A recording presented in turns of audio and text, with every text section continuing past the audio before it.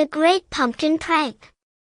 One Halloween night, in the small town of Spookyville, the kids were gearing up for the most epic Halloween party ever. It was happening at the old, creaky house at the end of the street, where legends said ghosts had once had their own parties. But no one had ever seen a ghost yet.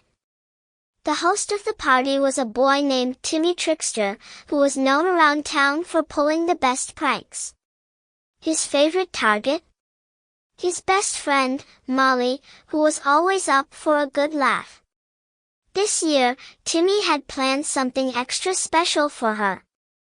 As the kids arrived at the party in their costumes, pirates, princesses, superheroes, and one kid who came as a walking taco, they were greeted by a sign that read, "Enter if you dare to dance with the Great Pumpkin."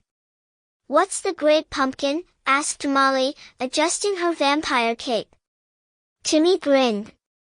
"Oh, you'll see." Inside the house, there were glowing pumpkins everywhere, on the stairs, in the windows, even hanging from the ceiling like spooky disco balls. The kids were dancing to Halloween songs like Monster Mash and Ghostbusters, but everyone was whispering about the big surprise, the Great Pumpkin Dance-Off. Finally, the lights dimmed. A mysterious fog filled the room, and creepy music began to play. A deep, booming voice echoed through the house. "Who dares to challenge the Great Pumpkin?" The kids looked around in awe as a giant pumpkin appeared, rolling out from the shadows. But this was no ordinary pumpkin, it had arms and legs. It stood up and started to dance, spinning, twirling, and doing the worm on the floor. Everyone gasped. "That's amazing!" shouted one kid. But Molly wasn't scared. "I bet I could beat that pumpkin in a dance-off," she declared, stepping forward. Timmy smirked, knowing his plan was working perfectly. The music cranked up, and Molly faced off against the Great Pumpkin. She did the moonwalk, the floss, and even a perfect breakdance spin. The Great Pumpkin tried to keep up, but its round belly made it wobbly. The kids cheered for Molly as she was clearly winning the battle.